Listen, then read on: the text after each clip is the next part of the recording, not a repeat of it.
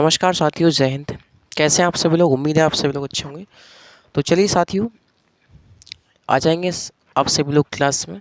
एक बार पुनः अपने सफ़र पर हम लोग चलते हैं और जल्द ही अपनी विचारकों की क्लास आनी प्रारंभ होंगी। तो साथियों, घबराएं नहीं, निश्चिंत होकर धैर्य पूर्वक आप लोग रहें, ठीक है। मुश्किल से आप लोग मुझे अगले एक महीने 1-1.5 महीने में सिलेबस ही उड़ा दूंगा, चिंता मत करिए बिल्कुल भी, ठीक है। हाँ जी, संविधान में महत्वपूर्ण चैप्टर जो भी होते हैं उनसे संबंधित हम लोग चैप्टरों को पढ़ेंगे। जितने भी चैप्टर हैं हमारे, चाहे ऐतिहासिक विकास हो, चाहे संविधान सभा संविधान के निर्माण से संबंधित बात हो, चाहे विदेशी स्रोत हो, यहाँ से सवाल पूछते ही हैं, संविधान की विशेषताएं हो, है ना, प्रस्तावना हो, अनुसूचियाँ हों। भाग 1 में से आयोग है 1-2, उनसे क्वेश्चन पूछ लेता है। भाग 2 में नागरिकता सिटीजनशिप एक्ट है 1955 वाला, उसमें से संबंधित क्वेश्चन पूछ लेता है, ठीक है। उसके बाद भाग 3 मौलिक अधिकार है, डीपीएसपी है। भाग 4 में, भाग 5 में राष्ट्रपति है, उपराष्ट्रपति है, प्रधानमंत्री, मंत्रिपरिषद है ना, और ये सब है, संसद है। इन सब चीज़ों के बारे में सुप्रीम कोर्ट है, सीएजी है ना, और महान्यायवादी है, एजीआई। इससे संबंधित बात देख लेंगे हम लोग। इनसे संबंधित जो भी इनसे महत्वपूर्ण आर्टिकल हैं, चाहे इनसे संबंधित महत्वपूर्ण बातें हैं, वो सब बातें देख लेंगे हम लोग, है ना। उसके बाद हम लोग राज्य सरकार में भी देख लेंगे, मुख्यमंत्री, प्रधानमंत्री, वो मुख्यमंत्री, उसका जो कार्यपालिका है उसकी वो है, और विधानमंडल, ये सब चीज़ देख लेंगे हम लोग, ठीक है। हाई कोर्ट वगैरह देख लेंगे, सुप्रीम कोर्ट देख लेंगे, ये सभी चीज़ें हम लोग देखते हैं, वो चलेंगे। इधर पंचायती राज व्यवस्था हो गई आप लोगों की, केंद्र राज्य संबंध हो गए, है ना। पंचायती राज व्यवस्था, केंद्र राज्य संबंध हो गए, क्षेत्रीय परिषद हैं वो हो गई, है ना। महत्वपूर्ण कुछ संशोधन होते हैं, संविधान संशोधन वो हो गए। तो ये संविधान के कुछ क्वेश्चन यहाँ से बनते हैं। लगभग 95% जो क्वेश्चन का जो वेटेज रहता है, बेटे वो यहीं से रहता है। ध्यान रखिएगा मेरी बात, मेरे शेर और शेरनियों, 95% क्वेश्चन का वेटेज यहीं से रहता है। और मैं एक आध दिन में, हो सकता है आप लोगों को कल दोपहर में एक क्लास देखने को मिले, पूरी कोशिश करूँगा संविधान के ऐतिहासिक विकास की। तो उसमें 1773 से स्टार्ट करेंगे हम लोग, और एक क्लास में 1773 से स्टार्ट करके 1853 तक, जो लास्ट चैप्टर एक्टर रहा अपना, वहाँ तक देख लेंगे। उसके बाद 1858 से शुरुआत करके उसमें 1935 तक एक देखेंगे। एक 1935 से स्टार्ट करके संविधान सभा तक पहुँच जाएंगे। तो लगभग हो सकता है 2 या 3 क्लास में ऐतिहासिक विकास ख़त्म, 2 क्लास में ख़त्म। लंबी थोड़ी क्लास खींच देंगे 1-1.5 घंटे की, क्यों चिंता करते हो। संविधान सभा एक क्लास में ख़त्म, ऐतिहासिक विकास आप लोगों का ये जो विदेशी स्रोत हैं ये एक क्लास में ख़त्म, अनुसूचियाँ एक क्लास में ख़त्म, क्यों चिंता करते हो। संविधान से संबंधित तो क्वेश्चन भाई साहब ये समझ लेना, एक भी नहीं छूटेगा आपको, एक भी नहीं छूटने दूंगा, इस बात की मैं गारंटी देता हूँ आप लोगों से, सीना ठोक करके, ठीक है। तो चलिए, लास्ट सेशन में हम लोग कहाँ चल रहे थे, राजनीतिक सिद्धांतों पर चल रहे थे। और सिद्धांतों में हम लोग जान चुके हैं कि हम लोगों ने दूसरी यूनिट स्टार्ट की है। दूसरी यूनिट में हम लोग देख रहे थे राजनीतिक मूल अवधारणाएं, और मूल अवधारणाओं में हम लोग कौन कौन सी मूल अवधारणाएं आई थी इसमें, अधिकार, स्वतंत्रता, समानता, न्याय, लोकतंत्र एवं अधिनायक तंत्र, विधि एवं दंड के सिद्धांत, नागरिकता, ये सभी जो हमने चैप्टर देखे, ठीक है भाई। ये चैप्टर हम लोगों ने देखे और बहुत ही फास्ट स्पीड से हम लोग इन चैप्टरों को समाप्त करेंगे, और उसके बाद हम लोग बहुत जल्द ही एक प्रैक्टिस सेशन लेकर के आ रहे हैं साथियों, निश्चिंत रहिएगा भाई। ओके, चलिए। तो जैसे ही विचारकों की क्लास स्टार्ट होगी, जैसे संविधान की क्लास स्टार्ट होगी, ये टॉपिक खत्म होगा अपना। लगभग 5-6 दिन में इसे मैं ख़त्म कर दूंगा चैप्टर को, मतलब ये जो श्रृंखला है आप लोगों की। ठीक है जी जी जी। उसके बाद मैं प्रैक्टिस सेशन लेकर के आ रहा हूँ। संविधान को आप लोग साथ साथ पढ़ते रहें, विचारकों को साथ साथ पढ़ते रहें, इसका रिवीजन करते रहें। आप लोगों के 60 क्वेश्चन आएंगे, 60 में से 45-50 के आसपास आप लोग मार ले जाएंगे आराम से। ठीक है, हमें 80 नंबर की तैयारी लेकर के चलनी है अपनी। अगर आप 80 नंबर की तैयारी लेकर के चलेंगे तो जब आपके 65-70 बनेंगे और 70 नंबर यदि आप लेकर के आते हैं तो हो सकता है आपके चांसेस रहेंगे प्री निकलने के अल्टी ग्रेड में। ध्यान रखें भाई। तो चलें, हम लोग अधिकारों पर देख रहे थे, अधिकार से संबंधित बात कर रहे थे। हम लोगों ने अधिकार से संबंधित बहुत बातें देखी। ठीक है भाई, कि बिना अधिकारों के भाई आपके व्यक्तित्व का विकास नहीं हो सकता। लॉस्की कहते हैं कि अधिकार सामाजिक जीवन की वे परिस्थितियाँ हैं जिनके अभाव में व्यक्ति अपने व्यक्तित्व का विकास नहीं कर सकता, है ना।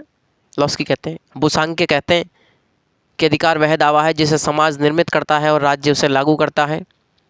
वाइल्ड कहते हैं कि अधिकार वे परिस्थितियाँ हैं, वह अधिकार वह मांग है, अधिकार जो है वो स्वतंत्रता की विवेकपूर्ण मांग है, वो ऐसा कहते हैं वाइल्ड ऐसा कहते हैं साथियों। ठीक है, तो अधिकार स्वतंत्रता की विवेकपूर्ण मांग है, कौन कहते हैं तो वाइल्ड कहते हैं, ऑस्कर डी वाइल्ड। उसके बाद मैं आपको बता रहा था कि अधिकारों से संबंधित महत्वपूर्ण कुछ सिद्धांत हैं, जिन सिद्धांतों हम लोग देख रहे थे कि भाई प्राकृतिक अधिकारों का सिद्धांत है, कानूनी अधिकारों का सिद्धांत है, ऐतिहासिक अधिकारों का सिद्धांत है ना, आदर्शवादी या नैतिक अधिकारों का सिद्धांत है, समाज कल्याण अधिकारों का सिद्धांत है, मानव अधिकारों का सिद्धांत है ना, मार्क्सवादी अधिकारों का सिद्धांत है। तो ये सभी हम लोग देखते हुए चल रहे थे। क्लास लंबी हो सकती है साथी, मैं पूरी कोशिश करूँगा जल्द से जल्द आप लोगों की आपको लिखवा दिया जाए। ठीक है, समझने में कम साथियों, लिखने पे ज़्यादा ध्यान देंगे आप लोग, ध्यान रखें इस बात का।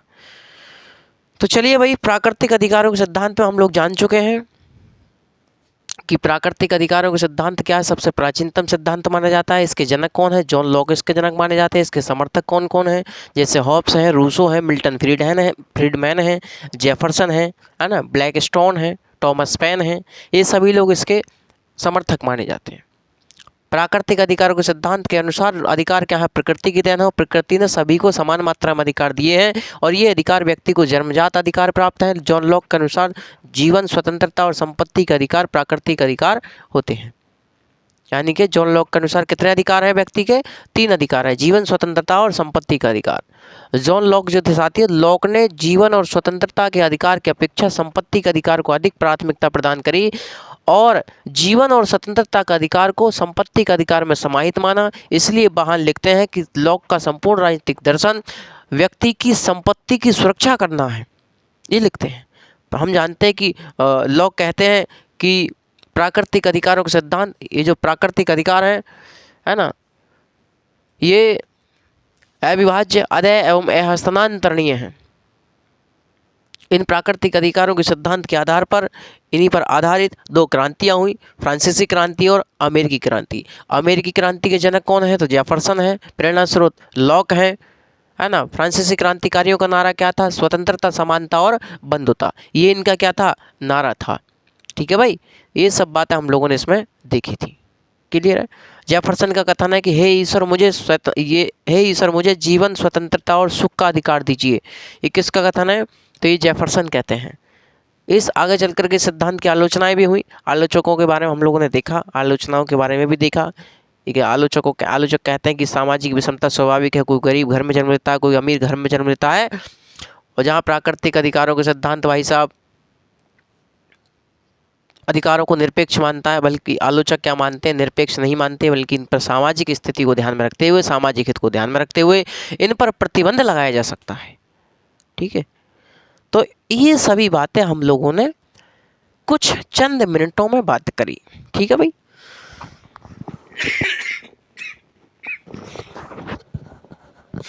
चलिए आगे बात करते हैं कानूनी अधिकारों का सिद्धांत।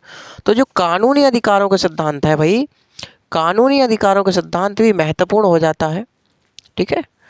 और बहुत ही अच्छे व्यक्ति हैं ये, जिन्हें कहते हैं बेंथम, है ना। लिखे हैं भाई कानूनी अधिकारों का सिद्धांत। कानूनी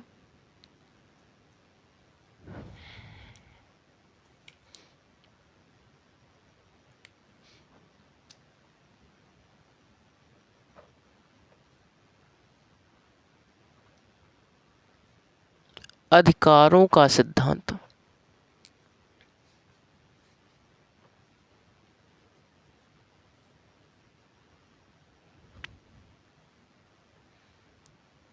ठीक भाई, तो कानूनी अधिकारों का सिद्धांत जो है, यदि भाई साहब इसके प्रतिपादक की बात करी जाए, ध्यान देते रहे भाई साथियों, यदि इसके प्रतिपादक की बात करी जाए, इसके यदि प्रतिपादक की बात करी जाए तो कौन है, तो बेंथम है, बेंथम।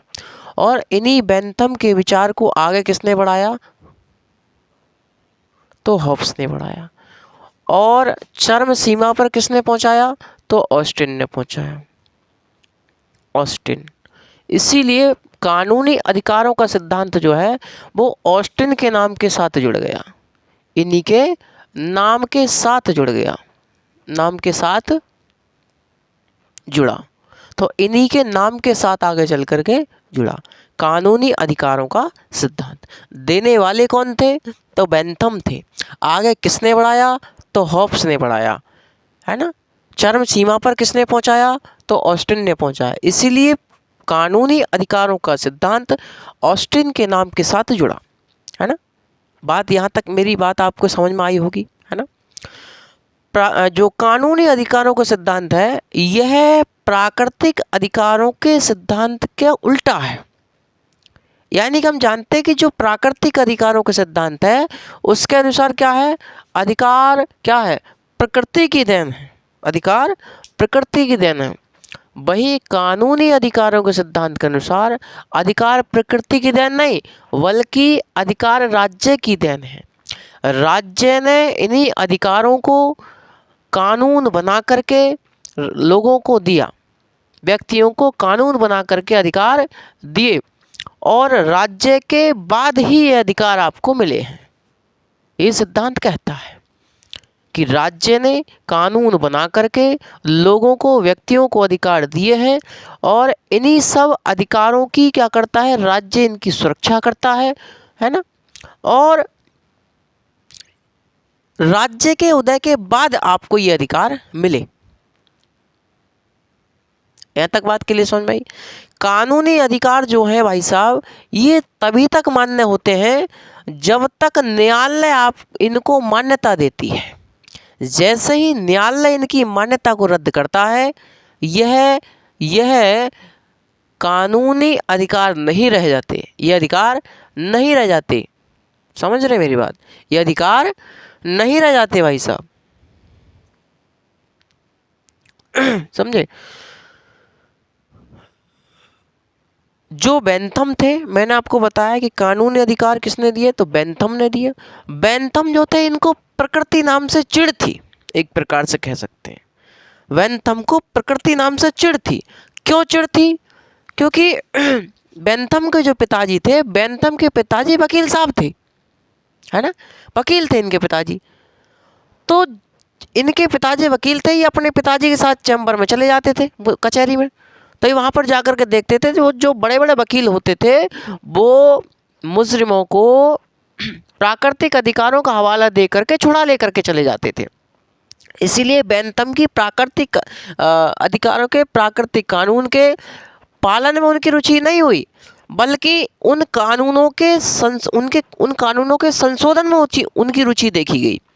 तो आगे चल करके बेंथम ने कृत्रिम कानून का समर्थन किया है। बेंथम जो थे वो प्राकृतिक अधिकारों के सिद्धांत के आलोचक माने जाते हैं, इसलिए बेंथम ने कृत्रिम कानूनों का समर्थन किया है। साथियों, ये जो बेंथम थे, बेंथम कहते हैं कि प्राकृतिक अधिकारों के सिद्धांत कोरा बकवास एवं प्रसाद पूर्ण भ्रम है। बेंथम कहते हैं कि प्राकृतिक अधिकारों का सिद्धांत कोरा बकवास एवं प्रसाद पूर्ण भ्रम है। ये कहते हैं बेंथम, क्योंकि मैंने आपको बताया कि बेंथम प्रकृति नाम से उनको चिढ़ थी। वो प्राकृतिक कानूनों को मानने में उनकी प्राकृतिक कानूनों को नहीं मानना चाहते थे। वो उनकी प्राकृतिक कानूनों को मानने में रुचि नहीं थी, बल्कि उनके संशोधन में उनकी रुचि थी। इसलिए बेंथम ने कृत्रिम कानूनों का समर्थन किया, समझे? क्योंकि उनके पिताजी वकील थे। मैंने आपको बताई कहानी, समझ रहे हैं आप मेरी बात जी? तो ऐसा कुछ हुआ। बेंथम ने तो साथियों जो प्राकृतिक अधिकारों के सिद्धांत पर आधारित दो क्रांतियां हुई थी, कौन कौन सी? अमेरिकी क्रांति और फ्रांसीसी क्रांति। इन दोनों क्रांतियों का विरोध किया है। क्यों? क्योंकि ये दोनों क्रांतियां प्राकृतिक अधिकारों के सिद्धांत पर आधारित थी। क्योंकि ये दोनों क्रांति किस पर आधारित थी? तो प्राकृतिक अधिकारों के सिद्धांत पर आधारित थी भाई साहब। ठीक है, यहां तक आपको बात समझ में आई होगी, क्लियर है? चलिए, इतना आप लोग लिखें बहुत जल्दी, क्योंकि साथियों अपने पास समय कम है। आप लोग जल्द से जल्द लिखें तो आप लोगों का ही क्या होगा, अच्छा फायदा इसमें आपको देखने को मिलेगा मेरे साथी। ठीक है भाई, चलिए लिखें बहुत जल्दी। कानूनी अधिकारों का सिद्धांत लिखें। प्रतिपादक कौन है? बेंथम है। लिखें, कानूनी अधिकारों के सिद्धांत के प्रतिपादक, कानूनी अधिकारों के सिद्धांत के प्रतिपादक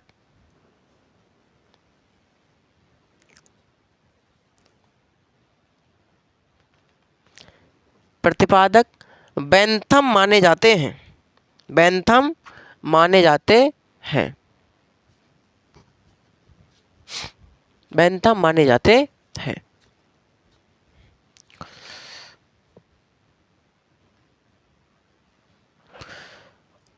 कानूनी अधिकारों के सिद्धांत के समर्थक हॉब्स तथा ऑस्टिन दोनों हैं। हॉब्स तथा ऑस्टिन दोनों हैं। हॉब्स तथा ऑस्टिन दोनों हैं।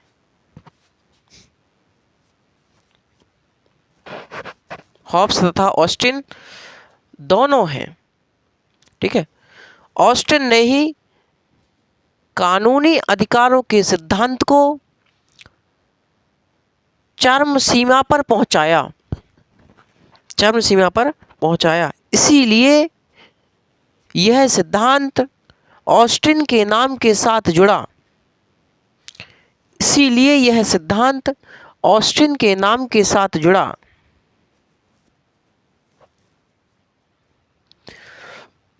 इसीलिए यह सिद्धांत ऑस्टिन के नाम के साथ जुड़ा। नई लाइन से लिखें भाई। कानूनी अधिकारों का सिद्धांत, कानूनी अधिकारों का सिद्धांत प्राकृतिक अधिकारों के सिद्धांत का उल्टा माना जाता है। उल्टा माना जाता है। जहां, लिखे नई लाइन से कि भाई साहब कैसे उल्टा माना जाता है, तो लिखो, जहां प्राकृतिक अधिकारों के सिद्धांत के अनुसार, जहां प्राकृतिक अधिकारों के सिद्धांत के अनुसार अधिकार प्रकृति की देन है। अधिकार प्रकृति की देन है, वहीं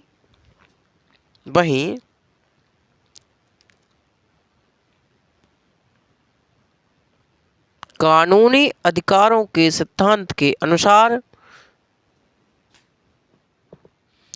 वहीं कानूनी अधिकारों के सिद्धांत के अनुसार अधिकार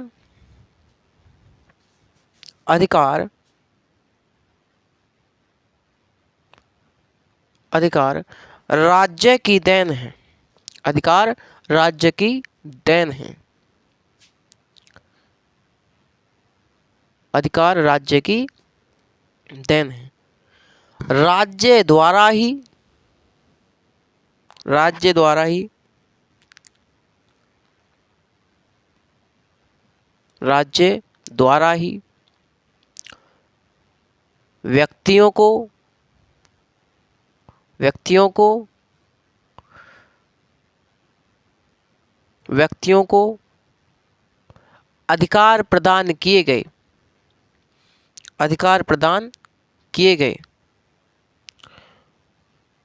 और इन्हीं अधिकारों की, इन्हीं अधिकारों की राज्य सुरक्षा करता है। राज्य सुरक्षा करता है।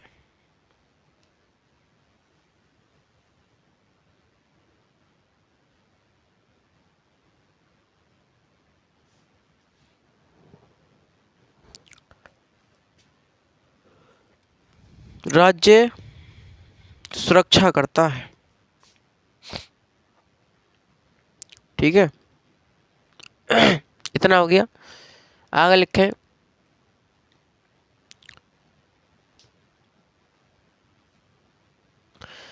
कानूनी अधिकार तभी तक मान्य होते हैं कानूनी अधिकार तभी तक मान्य होते हैं जब तक कि, जब तक कि न्यायालय, जब तक कि न्यायालय उनको मान्यता देती है, जब तक कि न्यायालय उनको मान्यता देती है। जैसे ही न्यायालय उनकी मान्यता को रद्द करती है, जैसे ही न्यायालय उनकी मान्यता को रद्द करती है, वह अधिकार नहीं रह जाते, वह अधिकार नहीं रह जाते।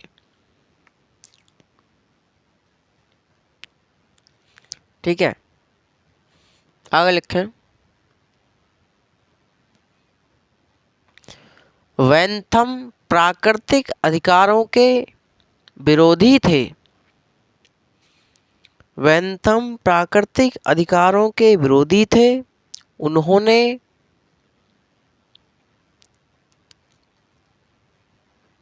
उन्होंने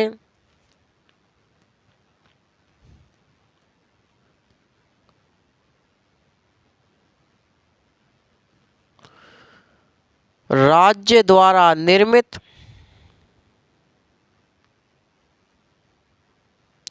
राज्य द्वारा निर्मित कानून का समर्थन किया है।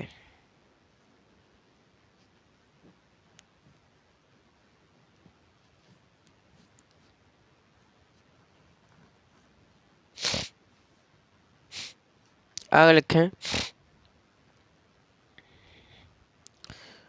वेंथम ने प्राकृतिक अधिकारों के सिद्धांत को, वेंथम ने प्राकृतिक अधिकारों के सिद्धांत को कोरा बकवास एवं, कोरा बकवास एवं प्रसादपूर्ण भ्रम बताया। कोरा बकवास एवं प्रसादपूर्ण भ्रम बताया। ठीक है, नई लाइन से लिखें,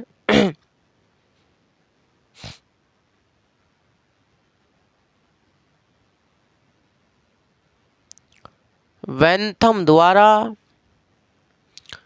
अमेरिकी क्रांति तथा, वेंथम द्वारा अमेरिकी क्रांति तथा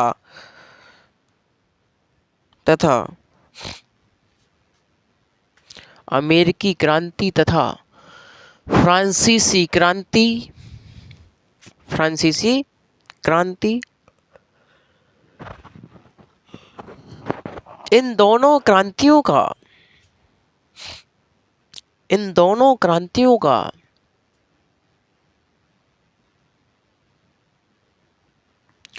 विरोध किया है क्योंकि ये दोनों क्रांतियां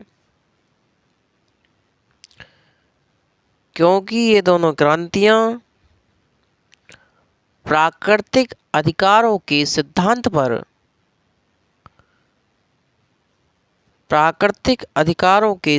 पर आधारित थी। ठीक है भाई, तो इतना याद रखेंगे आप लोग। कानूनी अधिकारों का सिद्धांत अपना हो गया। उसके बाद आता है ऐतिहासिक अधिकारों का सिद्धांत। ऐतिहासिक अधिकारों का सिद्धांत जो है ये भी भाई साहब बढ़िया है।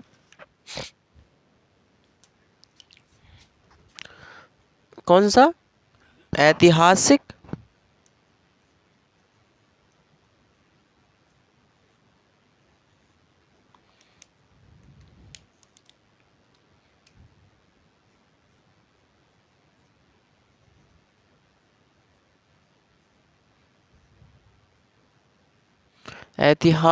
अधिकारों का सिद्धांत। ऐतिहासिक अधिकारों का जो सिद्धांत है भाई साहब, इस सिद्धांत के जो प्रतिपादक माने जाते हैं, एक व्यक्ति थे, अनुदारवादी विचारक थे, एडमंड बर्क। इस सिद्धांत को हम जानते हैं रूढ़िवादी सिद्धांत के नाम से भी जानते हैं। रूढ़िवादी लोग जो होते हैं पुरानी परंपराओं पर, प्रथाओं पर आधारित जो काम करते हैं उन्हें रूढ़िवादी कहते हैं। और अनुदारवादी विचारक थे एडमंड बर्क, वो इस सिद्धांत के प्रतिपादक माने जाते हैं। तो इस सिद्धांत के प्रतिपादक की बात करी जाए, प्रतिपादक कौन है भाई साहब? प्रतिपादक की यदि मैं बात करूं, प्रतिपादक हैं एडमंड बर्क। तो बर्क साहब इसके क्या हैं? प्रतिपादक हैं। ठीक है। यदि इसके समर्थकों की बात करी जाए, समर्थकों में मैकाइवर हैं, बर्गेस हैं, मैकाइवर, बर्गेस, हेनरी मैन, सिबिगनी। तो ये सब लोग क्या हैं? इसके समर्थक माने जाते हैं। ये कौन है? समर्थक हैं भाई साहब, समझ रहे मेरी बात? ये सिद्धांत जो है ऐतिहासिक अधिकारों का सिद्धांत, प्राकृतिक अधिकारों के सिद्धांत की प्रतिक्रिया स्वरूप अस्तित्व में आया। ऐतिहासिक अधिकारों का सिद्धांत प्राकृतिक अधिकारों के सिद्धांत की प्रतिक्रिया, यह सिद्धांत अस्तित्व में आया। ये सिद्धांत कहता है कि अधिकार ना तो प्रकृति की देन है और ना ही राज्य की देन है, बल्कि अधिकार तो इतिहास की देन है। बल्कि अधिकार किसकी देन है भाई साहब? बल्कि अधिकार इतिहास की देन है। बर्क कहते हैं कि ऐसे अधिकार जो रीति रिवाज एवं परंपरा पर आधारित नहीं होते, हम उन्हें अधिकारों की संज्ञा नहीं दे सकते। कौन कहते हैं? बर्क कहते हैं कि ऐसे अधिकार जो रीति रिवाज और परंपरा पर आधारित नहीं होते, उन्हें हम अधिकारों की संज्ञा प्रदान नहीं कर सकते। कहते हैं, बर्क कहते हैं, ये बर्क कहते हैं भाई साहब। ठीक है। जो बर्क साहब थे, इन्होंने इंग्लैंड की गौरवपूर्ण क्रांति का समर्थन करते हुए कहा, गौरवपूर्ण क्रांति 1688 में हुई, तो इंग्लैंड की गौरवपूर्ण क्रांति का समर्थन करते हुए कहा इन्होंने कि इंग्लैंड की गौरवपूर्ण क्रांति के पश्चात वहाँ की जनता को जो अधिकार मिले उन अधिकारों से वहां की जनता परिचित थी। वहां की जनता क्या थी? परिचित थी। वहीं इन्होंने फ्रांसीसी क्रांति का विरोध करते हुए कहा कि फ्रांसीसी क्रांति के पश्चात जो फ्रांस के लोगों को अधिकार मिले, उन अधिकारों से वहां की जनता परिचित नहीं थी। तो इन्होंने गोरखपुर क्रांति का समर्थन किया और फ्रांसीसी क्रांति का इन्होंने विरोध किया भाई साहब। क्योंकि फ्रांसीसी क्रांति के विरोध इसलिए किया क्योंकि वहाँ की जो जनता थी उन उन उन अधिकारों से परिचित नहीं थी जो फ्रांसीसी क्रांति के पश्चात उन लोगों को दिए गए। समझ रहे हैं आप मेरी बात? ठीक है, तो इतना आप लोग ध्यान रखेंगे। आगे बर्क का एक कथन है। बर्क कहते हैं कि फ्रांसीसी क्रांतिकारियों द्वारा प्रतिपादित स्वतंत्रता, समानता एवं बंधुत्व का अधिकार एक अमूर्त अधिकार है। एक अमूर्त अधिकार है, मतलब जो दिखता नहीं है, दिखता नहीं है, पता ही नहीं उसके विषय में, पहली बार ही हमको देखने को मिला, दिखता ही नहीं भाई साहब, वो अमूर्त है। इसलिए उन्होंने कहा क्योंकि परिचित नहीं थी वहां की जनता। बर्क के अनुसार आगे चल करके इस सिद्धांत की क्या हुई, आगे चल के इस सिद्धांत की आलोचनाएं हुई। आलोचकों ने कहा कि इतिहास में कुछ ऐसी भी परंपराएं, प्रथा रही हैं जिनको स्वीकार करना आज के युग में संभव नहीं है। इन्होंने कहा कि चाहे वो सती प्रथा रही हो, है ना, चाहे वो दास प्रथा रही हो, चाहे वो बलि प्रथा रही हो, है ना, तो ये सभी, बाल विवाह जैसी प्रथा रही हो, ये सभी जो परंपराएं रही हैं, ये परंपराएं, इन परंपराओं को आज के आधुनिक युग में, आज के लोकतांत्रिक युग में हम स्वीकार नहीं कर सकते। ये आलोचक कहते हैं इस बात को, आलोचक कहते हैं। तो ये तमाम कुप्रथाएं ऐसी रही हैं, तो उनको संभव नहीं है आज के युग में स्वीकार करना। तो लिखें भाई साहब ऐतिहासिक अधिकारों सिद्धांत के बारे में, लिखें मेरे साथियों, ऐतिहासिक अधिकारों के सिद्धांत के बारे में लिखें। इस सिद्धांत को रूढ़िवादी अधिकारों का सिद्धांत भी कहा जाता है। इस सिद्धांत को रूढ़िवादी अधिकारों का सिद्धांत भी कहा जाता है। रूढ़िवादी अधिकारों का सिद्धांत भी कहा जाता है। ठीक है,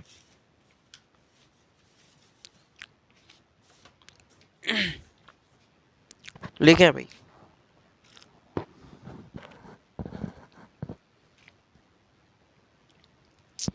ऐतिहासिक अधिकारों के सिद्धांत के जनक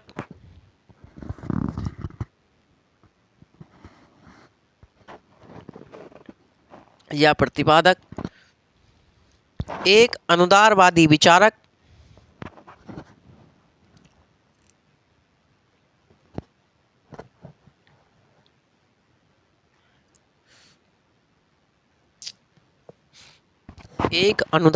विचारक, एडमंड बर्क माने जाते हैं।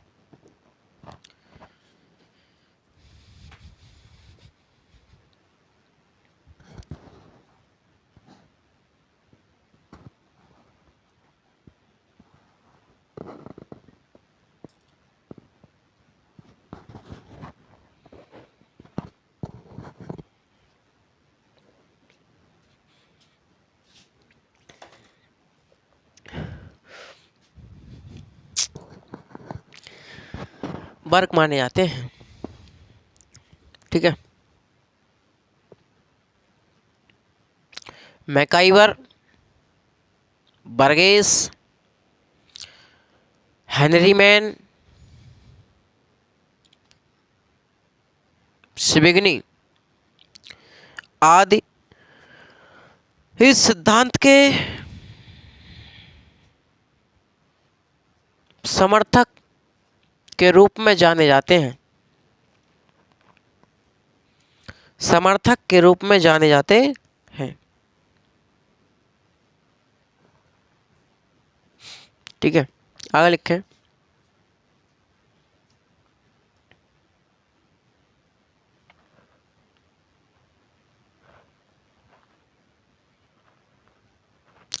इस सिद्धांत के अनुसार अधिकार ना तो प्रकृति की देन है,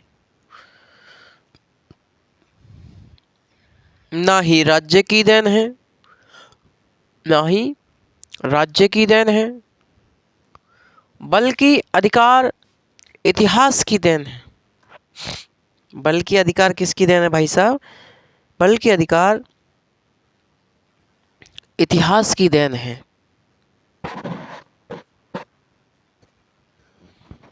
इतिहास की देन है। और लिखें, वर्ग के अनुसार ऐसे अधिकार जो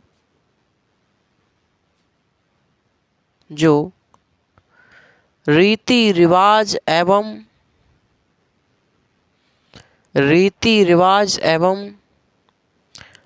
परंपराओं पर आधारित नहीं होते उन्हें अधिकारों की संज्ञा नहीं दी जा सकती। उन्हें अधिकारों की संज्ञा नहीं दी जा सकती।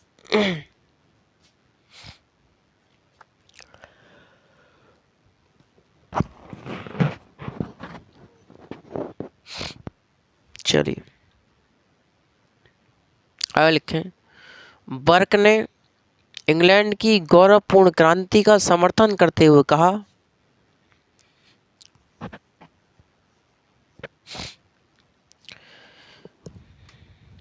बर्क ने इंग्लैंड की गौरवपूर्ण क्रांति का समर्थन करते हुए कहा कि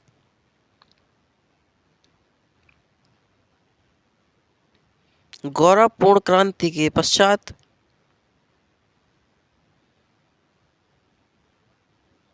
इंग्लैंड की जनता को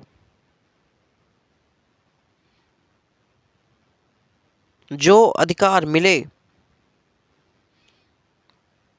उनसे इंग्लैंड की जनता भली भांति परिचित थी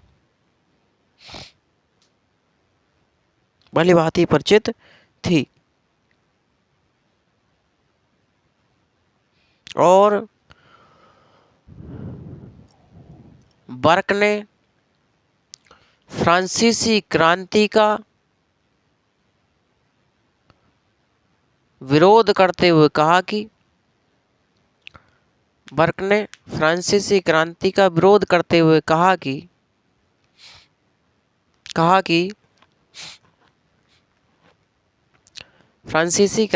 विरोध करते हुए कहा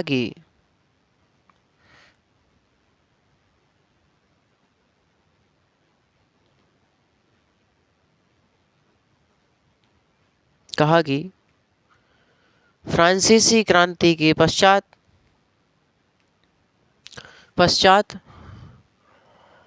फ्रांस की जनता को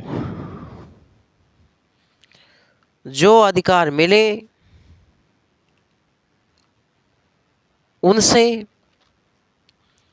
फ्रांस की जनता परिचित नहीं थी। इसीलिए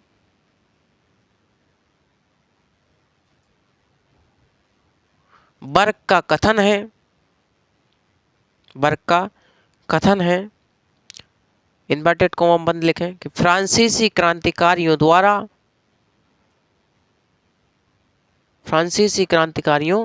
द्वारा प्रतिपादित स्वतंत्रता, समानता एवं बंधुत्व का अधिकार एक अमूर्त अधिकार है।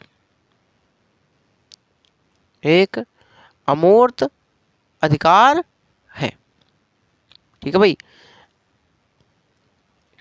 आगे चलकर इस सिद्धांत की आलोचनाएं हुई आलोचनाएं हुई। आलोचकों ने कहा कि हर परंपरा एवं रीति रिवाजों को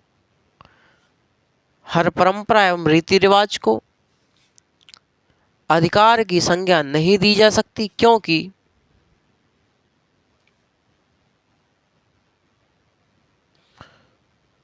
क्योंकि सभी परंपराएं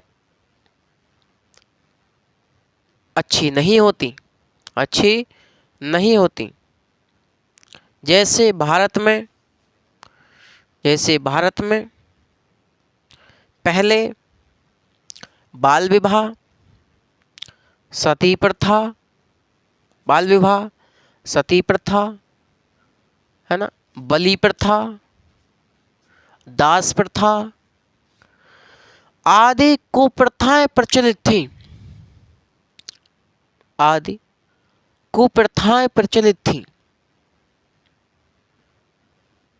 जिन्हें आज के लोकतांत्रिक युग में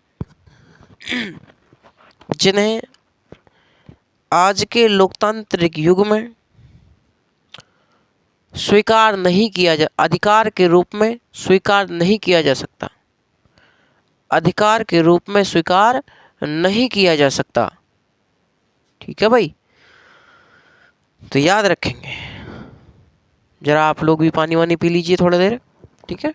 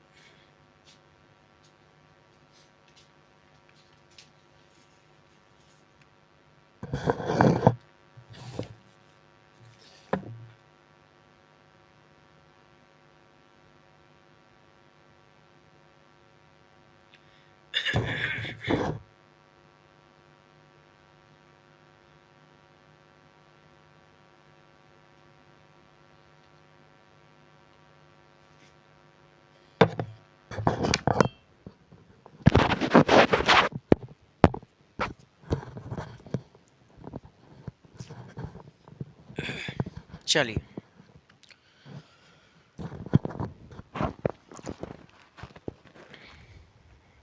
अगला है अपना आदर्शवादी या नैतिक अधिकारों का सिद्धांत। आदर्शवादी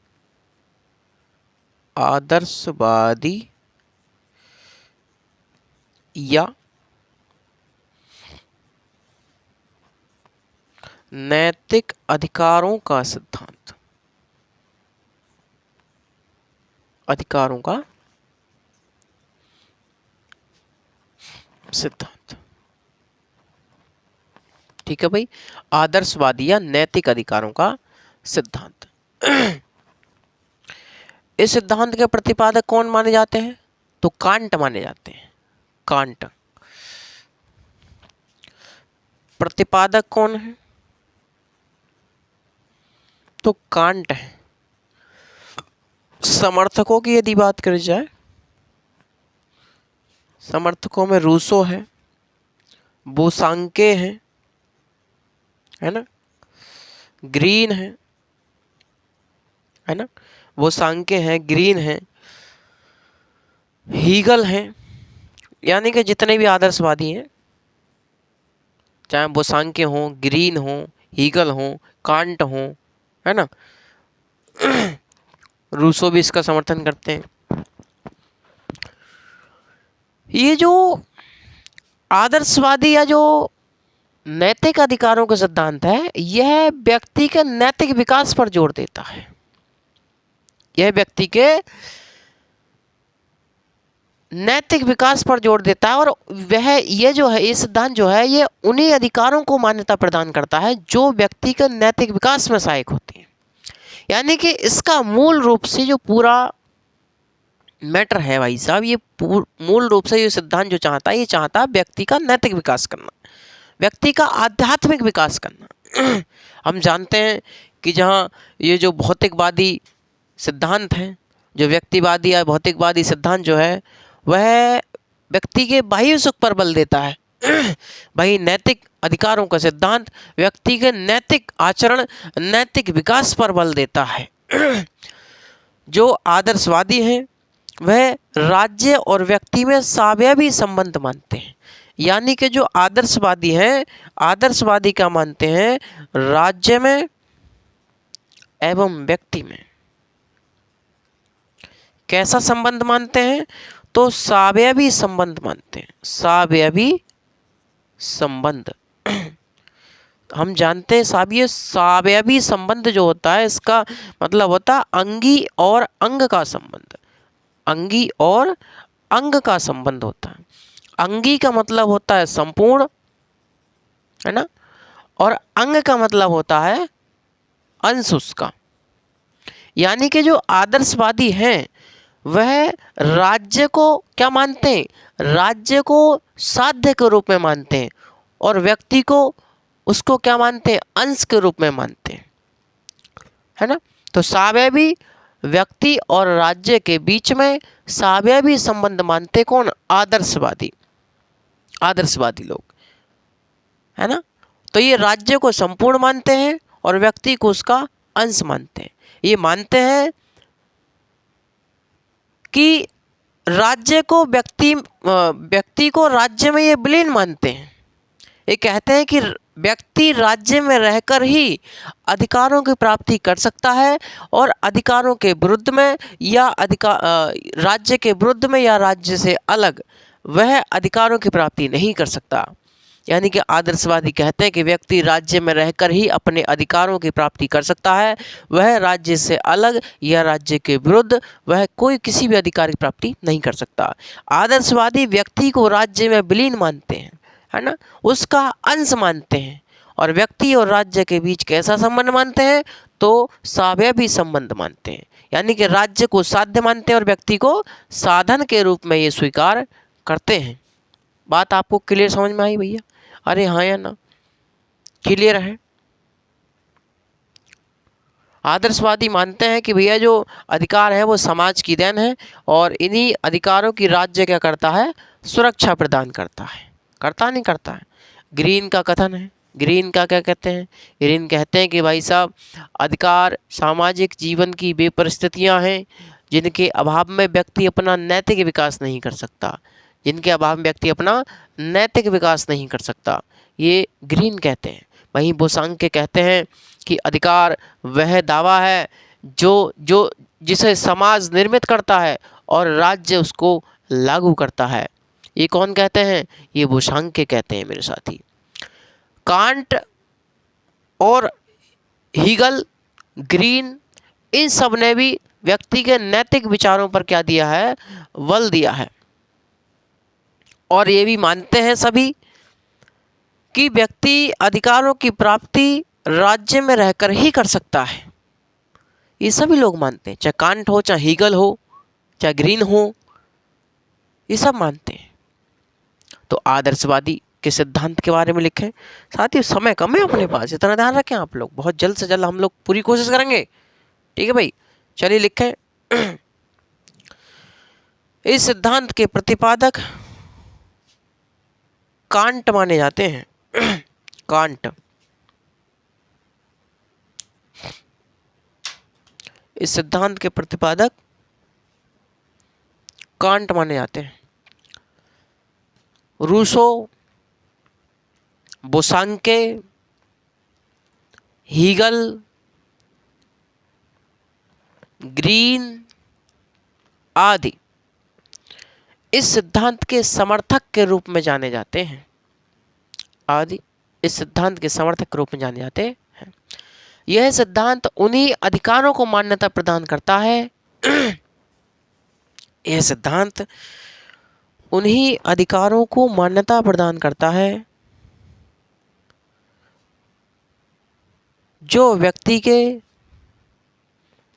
नैतिक विकास में सहायक होते हैं, जो व्यक्ति के नैतिक विकास में सहायक होते हैं।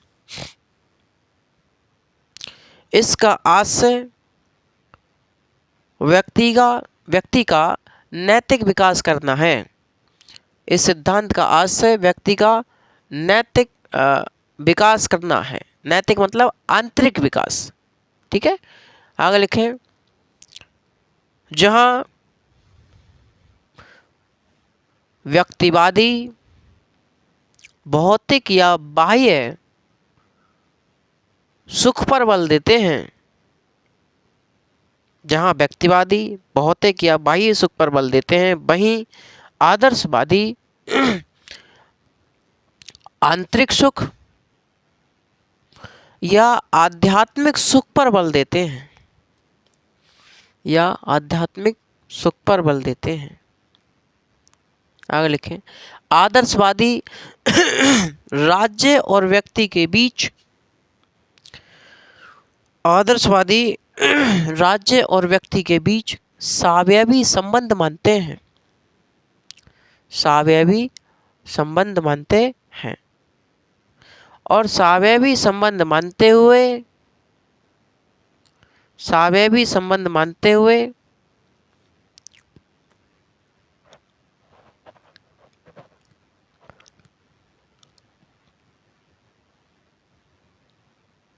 राज्य को साध्य तथा व्यक्ति को साधन के रूप में मानते हैं। व्यक्ति को साधन के रूप में मानते हैं। आदर्शवादी राज्य को इतना महत्व देते हैं कि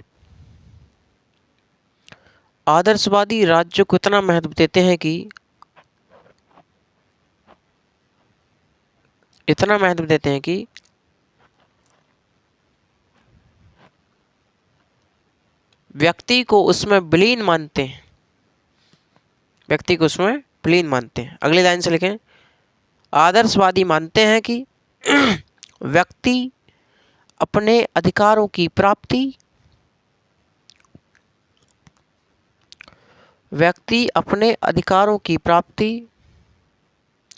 राज्य में रहकर ही कर सकता है, राज्य में रहकर ही कर सकता है।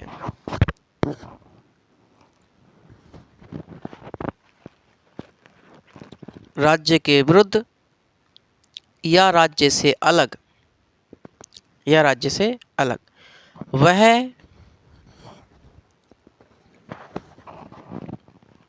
वह अधिकारों की प्राप्ति नहीं कर सकता, वह अधिकारों की प्राप्ति नहीं कर सकता। ठीक है भाई, आगे लिखें। ग्रीन का कथन है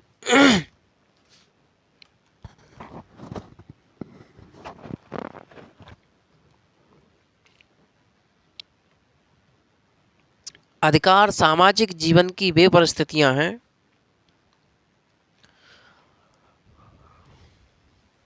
अधिकार सामाजिक जीवन की वे परिस्थितियां हैं जिनके अभाव में व्यक्ति अपना नैतिक विकास नहीं कर सकता।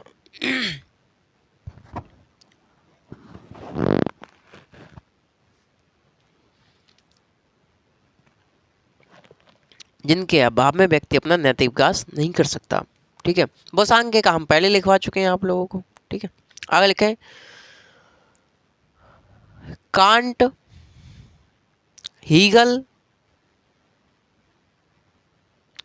हीगल,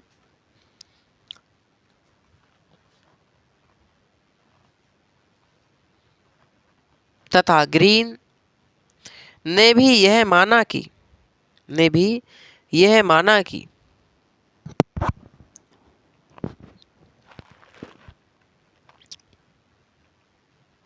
राज्य में रहकर ही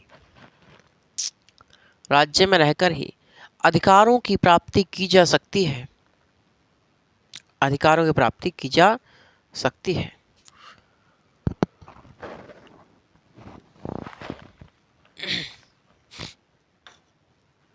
तो ये था आदर्शवादी या फिर नैतिक अधिकारों का सिद्धांत। ठीक है भाई,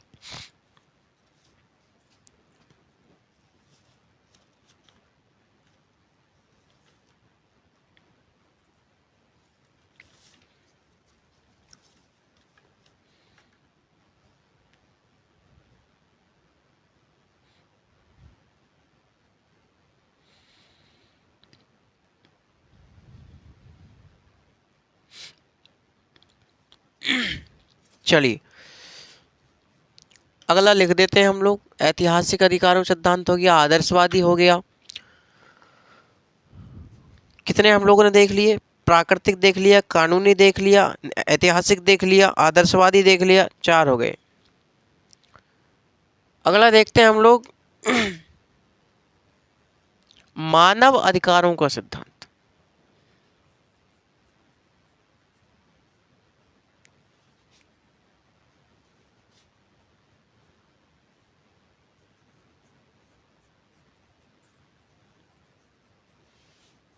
मानव अधिकारों का सिद्धांत सुनते रहिए साथियों। मानव अधिकारों का जो सिद्धांत है, इसकी थोड़ी सी तुलना प्राकृतिक अधिकारों के सिद्धांत से कर ली जाए।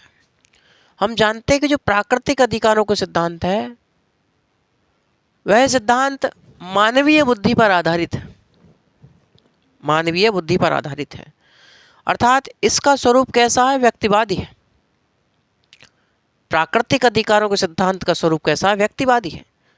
ये बिना किसी भेदभाव के सभी को अधिकार देना चाहता है, बिना किसी भेदभाव के सभी को समान मात्रा में क्या देना चाहता है? अधिकार प्राप्त है प्राकृतिक अधिकारों के सिद्धांत के अनुसार।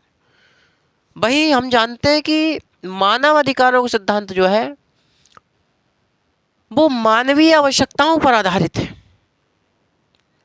और सामाजिक हित को ध्यान में रखते हुए इस पर प्रतिबंध लगाया जा सकता है, इस पर प्रतिबंध लगाया जा सकता है और सामाजिक हित को ध्यान में रखते हुए यह अधिकार आपको दिया जाता है। कौन सा? मानव अधिकार सामाजिक हित को ध्यान में रखते हुए आपको दिया जाता है ना। फ्रांसीसी क्रांति के दौरान हम जानते हैं स्वतंत्रता, समानता तथा बंधुता, ये जो नारा दिया गया, यही नारा आगे चल करके हमको मानव अधिकारों के रूप में देखने को मिला। इसी नारे को संयुक्त राष्ट्र संघ के चार्टर एक्ट, संयुक्त राष्ट्र संघ के एक्ट में, चार्टर एक्ट में इसी को सम्मिलित कर लिया गया मानव अधिकारों के रूप में।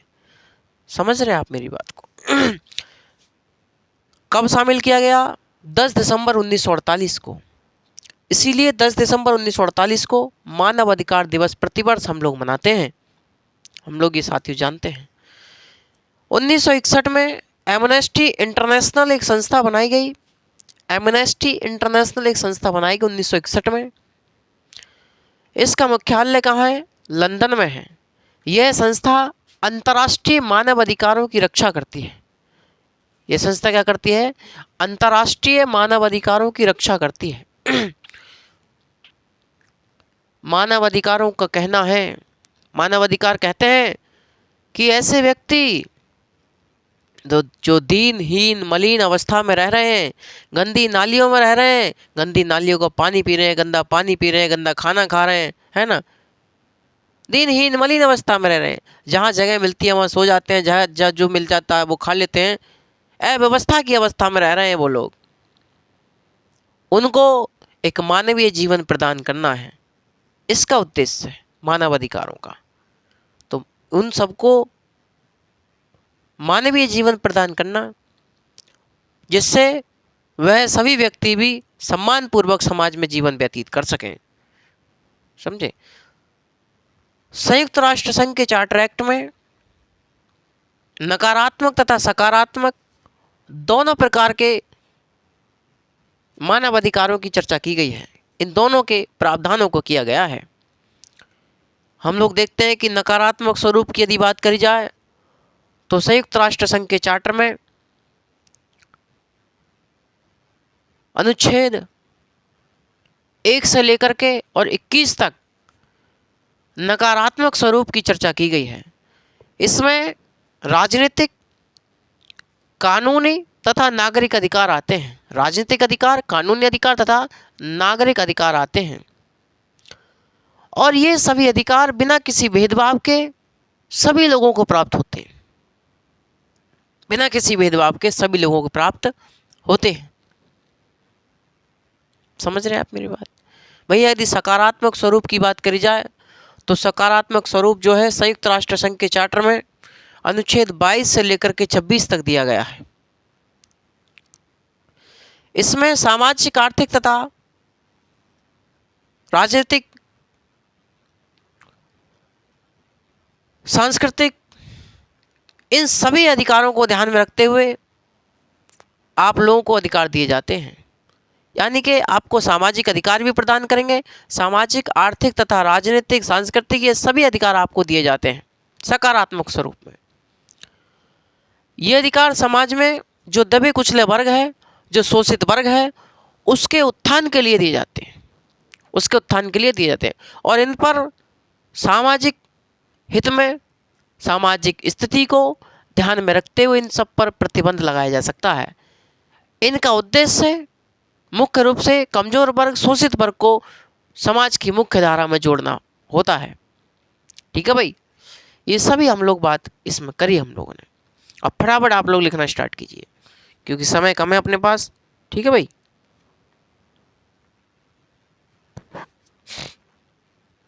लिखें, इसके संबंध में जानकारी लिखें। जहां मानव अधिकारों के सिद्धांत डाल लें कि जहां प्राकृतिक अधिकारों के सिद्धांत, जहां प्राकृतिक अधिकारों का सिद्धांत मानवीय बुद्धि पर आधारित है, मानवीय बुद्धि पर आधारित है, मानवीय बुद्धि पर आधारित है,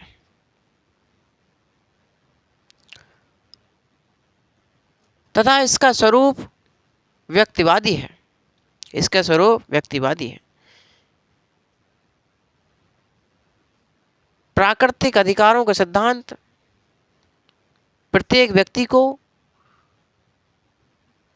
बिना किसी भेदभाव के एक समान रूप से अधिकार प्रदान करता है। वही मानव अधिकारों का सिद्धांत मानवीय आवश्यकताओं पर आधारित है।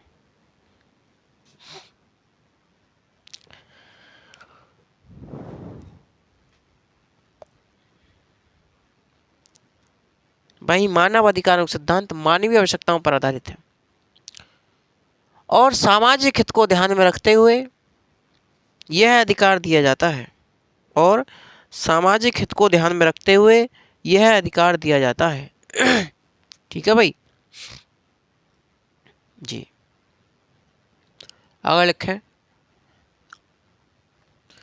नई लाइन से, फ्रांसीसी क्रांतिकारियों का नारा था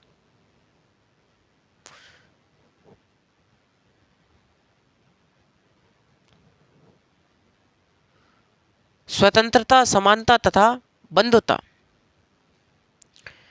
इसी नारे को मानवीय अधिकारों के रूप में जाना जाता है। मानवीय अधिकारों के रूप में जाना जाता है। इन्हीं सब अधिकारों को 10 दिसंबर 1948 को 10 दिसंबर 1948 को 10 दिसंबर 1948 को संयुक्त राष्ट्र संघ के चार्टर एक्ट में सम्मिलित किया गया। इसीलिए 10 दिसंबर को प्रतिवर्ष मानव अधिकार दिवस मनाया जाता है। मानव अधिकार दिवस मनाया जाता है। आइए लिखें 1961 में एमनेस्टी इंटरनेशनल, कौन सी भैया? एमनेस्टी इंटरनेशनल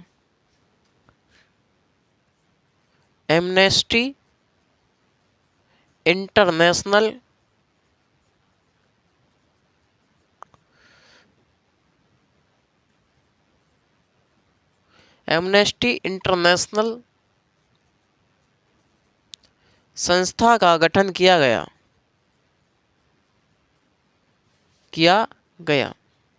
जिसका मुख्यालय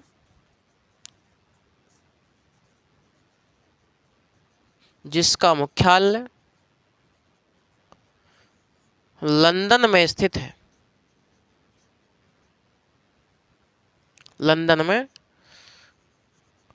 है। इसका मुख्य उद्देश्य अंतर्राष्ट्रीय मानव अधिकारों की रक्षा करना है। अंतर्राष्ट्रीय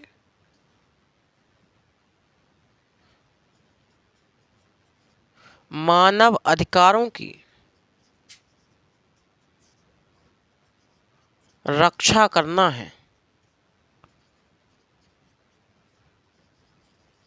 ठीक है भाई। ठीक है, आगे लिखें। मानव अधिकारों का कहना है कि नहीं, ऐसे लिखें। मानव अधिकारों का उद्देश्य दीनहीन मलिन अवस्था में रह रहे व्यक्तियों को मानवीय जीवन प्रदान करना है।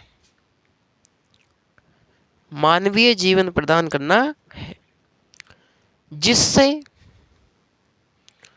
वह व्यक्ति वह व्यक्ति जिससे वह व्यक्ति जिससे वह व्यक्ति समाज में सम्मान पूर्वक अपना जीवन व्यतीत कर सके, अपना जीवन व्यतीत कर सके।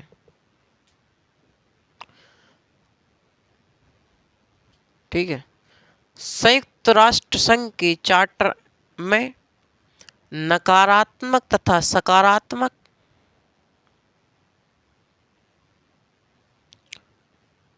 मानव अधिकारों के स्वरूप की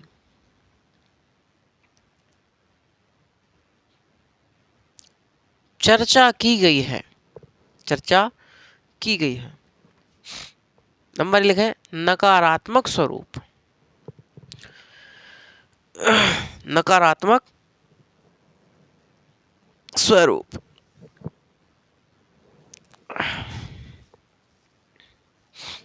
नकारात्मक स्वरूप।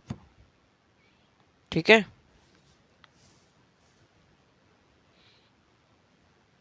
देखें, इसका उल्लेख संयुक्त राष्ट्र संघ के चार्टर में अनुच्छेद 1 से 21 तक किया गया है।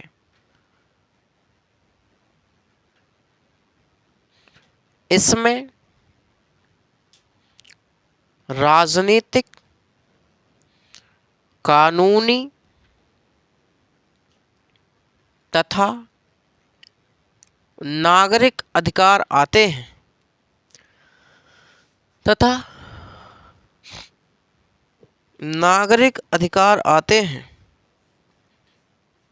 नागरिक अधिकार आते हैं जो सभी व्यक्तियों को बिना किसी भेदभाव के समान रूप से दिए जाते हैं, समान रूप से दिए जाते हैं।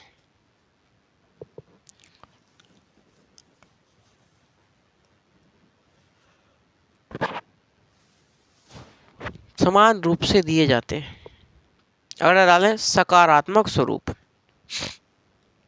सकारात्मक स्वरूप, सकारात्मक में लिखें इसका उल्लेख इसका उल्लेख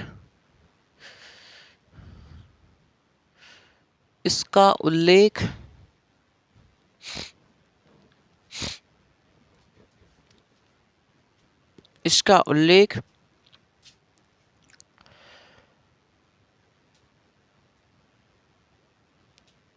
संयुक्त राष्ट्र संघ के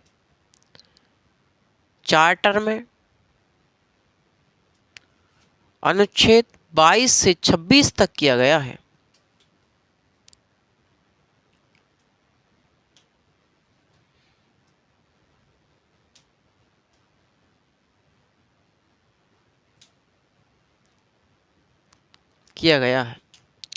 लिखें आगे, इसमें सामाजिक, आर्थिक तथा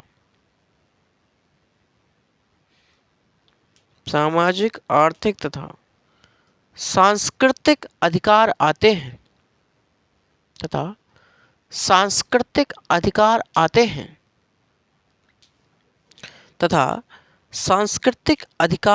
हैं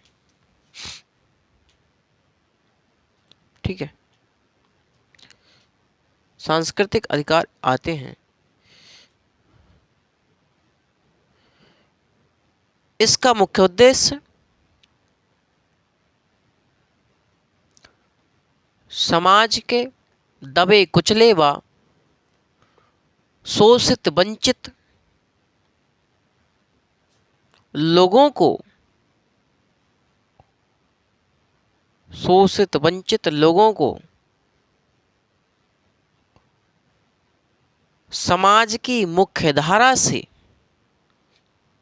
समाज की मुख्य धारा से जोड़ना है, जोड़ना है। ठीक है भैया। बहुत जी, बहुत बढ़िया, बहुत बढ़िया। ठीक है जी भाई साहब। तो साथियों, ये था हमारा अपना एक रह गया समाज कल्याण वाला रह गया है, और एक मार्क्सवादी अधिकारों का सिद्धांत, अधिकारों का मार्क्सवादी दृष्टिकोण जो भी है, उस पर 2-4 मिनट का है। अगर आप लोग नहीं चाह रहे हैं कि भाई ये क्लास और लंबी हो, तो आप लोग ऐसा करें कि जो मेरी पुरानी प्लेलिस्ट है उसमें दे रखा होगा अधिकारों का समाज कल्याण सिद्धांत, और उसमें समाज कल्याण वाले में ही आपका दे रखा होगा ये वाला मार्क्सवादी सिद्धांत दृष्टिकोण, वो आप लोग पढ़ सकते हैं। आप लोग उसमें पढ़ सकते हैं,